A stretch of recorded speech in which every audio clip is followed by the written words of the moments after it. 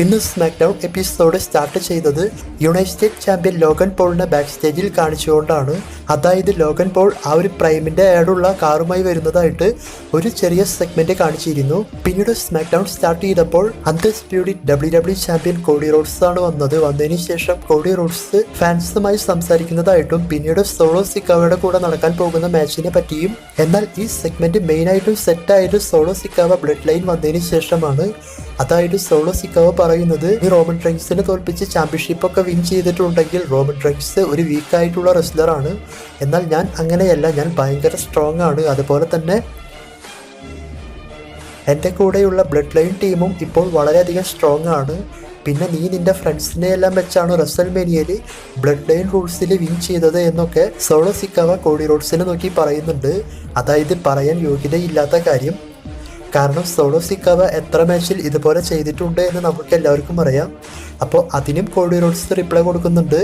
എന്നിട്ട് Cody Rhodes പറയുന്നത്, നിന്നേക്കാൾ മുകളിലുള്ള ട്രൈബൽ ചീഫായ റോമൻ റെയിൻസിനെ വരെ ഞാൻ തോൽപ്പിച്ചു, നിന്നെയും ഞാൻ ഈ സമ്മർ സ്ലാമിൽ തോൽപ്പിച്ചുകൊണ്ട് എൻ്റെ ചാമ്പ്യൻഷിപ്പുമായി മുന്നോട്ട് പോകും. ഈ ഒരു ടൈപ്പിലെല്ലാം പിന്നീട് സോളോ സിക്കാവ ഈ സെഗ്മെന്റിൽ ബ്ലഡ് ലൈൻ റൂൾസ് മാച്ച് വേണം എന്നൊക്കെ കോഡി റോഡ്സിനോട് പറയും. അതായത് റെസൽമേനിയയിൽ നടന്ന അതേ മാച്ച് തന്നെ സമ്മർ സ്ലാമിൽ തനിക്ക് വേണമെന്നും കോഡി റോഡ്സ് അത്രയ്ക്ക് ധൈര്യമുള്ള ചാമ്പ്യനാണെങ്കിൽ ആ മാച്ച് അക്സെപ്റ്റ് ചെയ്യാനായിട്ടല്ല. പിന്നീട് കോഡി റോഡ്സ് പറയുന്നുണ്ട്, എനിക്ക് നിന്റെ കൂടെയുള്ള ജേക്കബ് ഫോട്ടോ, ടോമ ടോങ്ക, ടോങ്ക ലോവ ഇവരെയൊന്നും കണ്ട് പേടിയില്ല. അതുപോലെ തന്നെ ടോമ ടോങ്കനെ ഞാൻ മുൻപും കണ്ടിട്ടുണ്ട് എന്നൊക്കെ. അതായത് കോഡി മുൻപ് ജപ്പാനിലൊക്കെ വർക്ക് ചെയ്ത കാര്യമായിരിക്കാം അതിൽ ഉദ്ദേശിച്ചത്. പിന്നീട് കോഡി ഇവരെ ആരെയും പേടിയില്ല എന്നൊക്കെ പറഞ്ഞുകൊണ്ട് ബ്ലഡ് ലൈൻ റൂൾസിൽ തന്നെ ചാമ്പ്യൻഷിപ്പ് മാച്ച് ചെയ്യാമെന്നൊക്കെ സോളോ സിക്കാവയോട് പറഞ്ഞ് ആ ഒരു ചാലഞ്ച് അക്സെപ്റ്റ് ചെയ്ത് ഇവർക്ക് തമ്മിലുള്ള മാച്ച് ബ്ലഡ് ലൈൻ റൂൾസ് ആക്കിയിട്ടാണ് നാളെ നടത്താൻ പോകുന്നത്. അപ്പോൾ ഇത് നല്ല തീരുമാനമായിട്ടാണ് തോന്നിയത്. കാരണം സമ്മർ സ്ലാമിൽ നടക്കുന്ന ഒരുവിധം മാച്ചുകൾക്കൊന്നും പ്രത്യേകിച്ച് റൂൾസ് ഇല്ല. ഡ്രൂ മാക്കിൻറയറും CM പങ്ക് ഒഴികെ ബാക്കി എല്ലാ മാച്ചും ഒരു സിംഗിൾസ് മാച്ച് ആയിട്ടാണ് കൺഫേം ചെയ്തത്. അപ്പോൾ ഈ മാച്ച് ഇങ്ങനെയാക്കിയത് നന്നായിട്ടാണ് തോന്നിയത്. പിന്നീട് സോളോ സിക്കാവ പറയുന്നുണ്ട്, എനിക്ക് വേണമെങ്കിൽ എൻ്റെ ബ്രദേഴ്സിനെ വെച്ചുകൊണ്ട് ഇപ്പോൾ നിന്നെ ഭയങ്കരമായി അറ്റാക്ക് ചെയ്യാൻ സാധിക്കുമെന്ന്. എന്നാൽ ഞാൻ ഇന്ന് ടാഗ് ടീം ചാമ്പ്യൻഷിപ്പിന് വേണ്ടിയിട്ടാണ് എൻ്റെ ബ്രദേഴ്സിനെ റെഡിയാക്കി വെച്ചിട്ടുള്ളതും. നാളത്തെ അൺഡിസ്പ്യൂട്ടഡ് ചാമ്പ്യൻഷിപ്പും ഞാൻ വിൻ ചെയ്ത് ബ്ലഡ് ലൈൻ ടീമും മുന്നോട്ട് പോകും. ഇങ്ങനെയാണ് ഈ ഒരു സെഗ്മെന്റിന്റെ അവസാനത്തിൽ കാണിച്ചത്. അപ്പോൾ മൊത്തത്തിൽ നല്ല സെഗ്മെന്റ് ആയിരുന്നു. ഞാൻ എപ്പോഴും പറയുന്നത് പോലെ ഇതിനേക്കാൾ കൂടുതൽ ഇവർ സംസാരിച്ചിട്ടുണ്ട്. മെയിനായിട്ടുള്ളതാണ് ഞാൻ പറഞ്ഞത്. പിന്നെ റോമൻ റെയിൻസിനെ മെൻഷൻ ചെയ്യുന്നത് പോലെ പല സമയങ്ങളിൽ ഈ സെഗ്മെന്റിൽ കാണിച്ചിട്ടുണ്ട്. അപ്പോൾ ഇതെല്ലാം നാളത്തെ റോമന്റെ റിട്ടേണിന് വേണ്ടിയിട്ടുള്ള ഹിന്റ് കൊടുക്കുന്നതായിരിക്കാം എന്ന് നമുക്ക് വിചാരിക്കാം. അതിനുശേഷം ഇന്നത്തെ സ്മാക്ഡൗണിൽ ഒരു സൂപ്പർ മാച്ചായിട്ട് നടന്ന മാച്ചാണ് ആൻഡ്രാഡെ വേഴ്സസ് കാർമെലോ ഹെയ്സ്. ഇവർക്ക് തമ്മിലുള്ള സിംഗിൾസ് മാച്ച്. അപ്പോൾ ഈ മാച്ച് റീമാച്ച് ആണെങ്കിലും കൂടി നല്ല അടിപൊളിയായിട്ടാണ് മാച്ച് മുന്നോട്ട് പോയിട്ടുള്ളത്. ഈ മാച്ചിന്റെ അവസാനത്തിൽ ക്ലീൻ ആയിട്ടുള്ള റിസൾട്ട് ഉണ്ടായില്ല. അതായത് ആൻഡ്രോയിഡയെ കാർമെലോ ഹെയ്സ് റോൾ പിൻ ചെയ്ത് വിൻ ചെയ്യാൻ നോക്കുമ്പോൾ ആൻഡ്രോയിഡെ അത് റിവേഴ്സ് ചെയ്ത് കാർമെലോ ഹെയ്സിനെ റോൾ പിൻ ചെയ്തുകൊണ്ട് ഈ മാച്ചിൽ ആൻഡ്രോയിഡെയാണ് വിൻ ചെയ്തത്. ഇവർക്കൊരു മാച്ച് കുറച്ചും കൂടി ലെങ്ത് ആക്കിയിട്ട് ഒരു സ്പെഷ്യൽസിൽ വെച്ച നല്ല സ്റ്റാർ റേറ്റിംഗ് പ്രതീക്ഷിക്കാം. അതുപോലത്തെ പെർഫോമൻസ് ആണ് ഇവർ വീക്കിലി ഷോയിൽ ചെയ്യുന്നത്. പിന്നീട് Santos Escobar versus Apollo Crews ഇവർക്ക് തമ്മിലുള്ള സിംഗിൾസ് മാച്ച് നടന്നു. അപ്പോൾ ഈ മാച്ച് അത്യാവശ്യം നല്ല മാച്ചായിട്ടാണ് മുന്നോട്ട് പോയത്. എങ്കിലും മാച്ചിൻ്റെ അവസാനത്തിൽ എപ്പോഴത്തെയും പോലെ തന്നെ ലെഗാഡോ ഡെൽ പെൻറ്റാസ്മ ടീമിലുള്ള ഏഞ്ചൽ ആൻഡ് ഹുംബർട്ടോ ഇവർ ബാരോൺ കോർബനെ അറ്റാക്ക് ചെയ്യുന്നതായിട്ടും ഇത് കണ്ട് നോക്കി നിൽക്കുന്ന അപ്പോളോ ക്രൂസിനെ സാന്റോസ് എസ്കോബാർ ഫിനിഷർ ചെയ്ത് ഈ മാച്ചിൽ സാന്റോസ് എസ്കോബാറാണ് വിൻ ചെയ്തത്. പിന്നീട് ബാക്ക് സ്റ്റേജിൽ Bianca Belair and Jade Cargill women's tag team championship അവർ തിരികെ വിൻ ചെയ്യാൻ പോകുന്ന കാര്യത്തെ പറ്റിയെല്ലാം ഒരു ചെറിയ സെഗ്മെന്റ് ചെയ്തിരുന്നു. അതിനുശേഷം യുണൈറ്റഡ് ചാമ്പ്യൻ ലോഗൻ പോളിന്റെ സെഗ്മെന്റ് ആണ് നടന്നത്. ലോഗൻ പോൾ നിക്ക് ആൾഡിനിസിനെയും അതുപോലെ മറ്റു ചിലരെയെല്ലാം റിങ്ങിൽ കൊണ്ടുവന്ന് നിർത്തിയിട്ടുണ്ടായിരുന്നു. പിന്നീട് ലോഗൻ പോൾ 2 പ്രാവശ്യമാണ് ചാമ്പ്യൻഷിപ്പ് മാച്ച് എല്ലാം ചെയ്തിട്ടുള്ളത് എന്നും അതുപോലെ ലോങ്ങിസ്റ്റ് ചാമ്പ്യനായി മുന്നോട്ട് പോകുന്ന കാര്യത്തെ പറ്റിയെല്ലാം ഫാൻസുമായി സംസാരിച്ച് ഒരു സ്പെഷ്യൽ ബാനർ ലോഗൻ പോളിന് വേണ്ടിയിട്ട് മുകളിൽ നിന്നും ഷോ ചെയ്യുന്നുണ്ടായിരുന്നു. എന്നാൽ ആ ബാനർ LA നൈറ്റ് കുളമാക്കി വെച്ചതായിട്ടാണ് കാണിക്കുന്നത്. പിന്നീട് LA നൈറ്റ് അവിടെ വന്നുകൊണ്ട് ഇത് വെറും ട്രെയിലറാണെന്നും ശരിക്കുമുള്ളത് നീ കാണാൻ പോകുന്നേ ഉള്ളൂ എന്നൊക്കെ പറഞ്ഞുകൊണ്ട് ബാക്ക് സ്റ്റേജിലോട്ട് LA നൈറ്റ് പോകും. LA നൈറ്റിന്റെ പിന്നാലെ ക്യാമറാമാനും.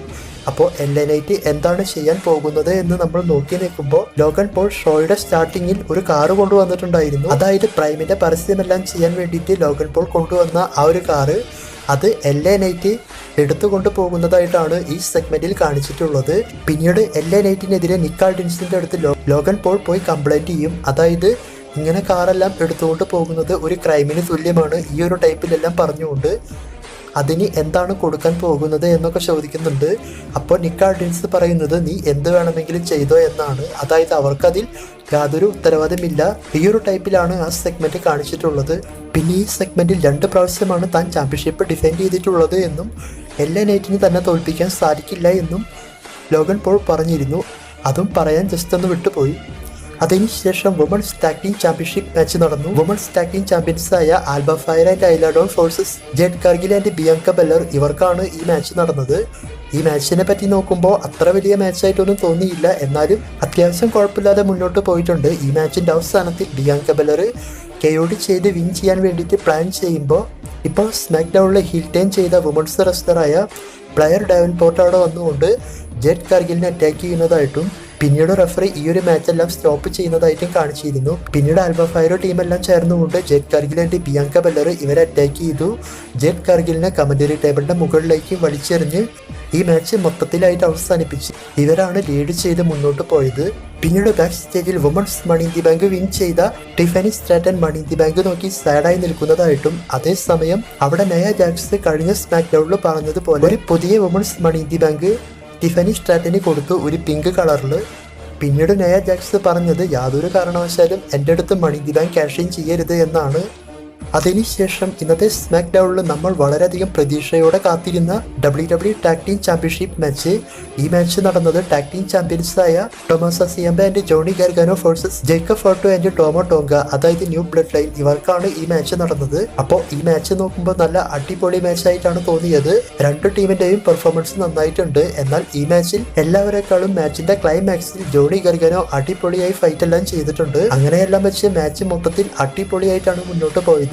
അപ്പോൾ ഈ മാച്ചിന്റെ അവസാനത്തിൽ നമുക്കറിയാം ബ്ലഡ് ലൈൻ ടീമിലുള്ള സോളോ സിക്കാവ അല്ലെങ്കിൽ ടോങ്ക ലോവ എന്തെങ്കിലും ചെയ്യുമെന്ന്. അത് തന്നെയാണ് സംഭവിച്ചത്. DIY അവരുടെ ഡബിൾ ഫിനിഷർ ചെയ്യാൻ വേണ്ടിയിട്ട് പ്ലാൻ ചെയ്യുമ്പോൾ ടോങ്ക ലോവ റിങ്ങിലേക്ക് കയറുന്നതായിട്ടും അതേസമയം തന്നെ റഫറിയുടെ ശ്രദ്ധ തെറ്റുമ്പോൾ സോളോ സിക്കാവ ടൊമാസോ സിയംബയ്ക്ക് ഒരു സമോൺ സ്പൈക്ക് കൊടുത്തുകൊണ്ട് അറ്റാക്ക് ചെയ്തു. പിന്നീട് ജോണി ഗർഗനോ ഇവരെ നിറയെ സൂപ്പർ കിക്ക് എല്ലാം ചെയ്ത് സൂയിസൈഡ് ഡൈവ് എല്ലാം ചെയ്ത് അറ്റാക്ക് ചെയ്ത് പിന്നീട് ജേക്കബ് ഫോർട്ടുനെയും അറ്റാക്ക് ചെയ്തു. എന്നാൽ ജേക്കബ് ഫോർട്ടു അടുത്ത സെക്കൻഡിൽ തന്നെ എഴുന്നേറ്റ് നിന്ന് ജോണി ഗർഗനയെ സമോൺ ട്രാപ്പും അതിനുശേഷം മൂൺ സോൾട്ടും പിന്നീട് മറ്റൊരു ഫിനിഷറും കൊടുത്ത് ജോണി ഗർഗനോനെ പിൻ ചെയ്ത് ടോമോ ടോങ്ക ആൻഡ് ജേക്കബ് ഫോർട്ടു ഇവരാണ് ന്യൂ ടാഗ് ടീം ചാമ്പ്യൻസ് ആയത്. അതിനുശേഷം റോമന്റേത് പോലെ തന്നെ ട്രൈബൽ ചീഫായിട്ട് സോളോ സിക്കാവ ഒരു പോസ് കൊടുക്കുന്നതായിട്ടും ടാഗ് ടീം ചാമ്പ്യൻഷിപ്പ് സോളോ സിക്കാവയുടെ ഷോൾഡറിൽ വെച്ചുകൊണ്ട് ഇതവൺ സിമ്പിൾ കാണിച്ചുകൊണ്ട് ഇന്നത്തെ സ്മാക്ക് ഡൗൺ അവസാനിപ്പിച്ചു.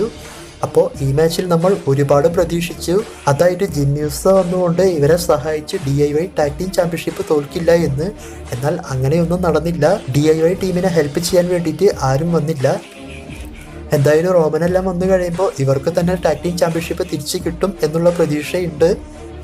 എന്തായാലും നോക്കാം. ഇന്നത്തെ സ്മാക്ക് ഡൗൺ നല്ല അടിപൊളി ഷോ ആയിട്ടാണ് മുന്നോട്ട് പോയത്. എന്നാൽ ക്ലൈമാക്സിൽ നമ്മൾ വിചാരിച്ചതുപോലെ ഒന്നും നടന്നില്ല. ആ ഒരു പ്രശ്നം മാത്രമേ ഉള്ളൂ. എല്ലാവരും ജിമ്യൂസ വരും എന്ന ലെവലിലാണ് കാത്തിരുന്നത്, ഞാൻ ഉൾപ്പെടെ. സ്മാക്ക് ഡൗണിനെ പറ്റി നിങ്ങളുടെ അഭിപ്രായം കമന്റ് ചെയ്യുക.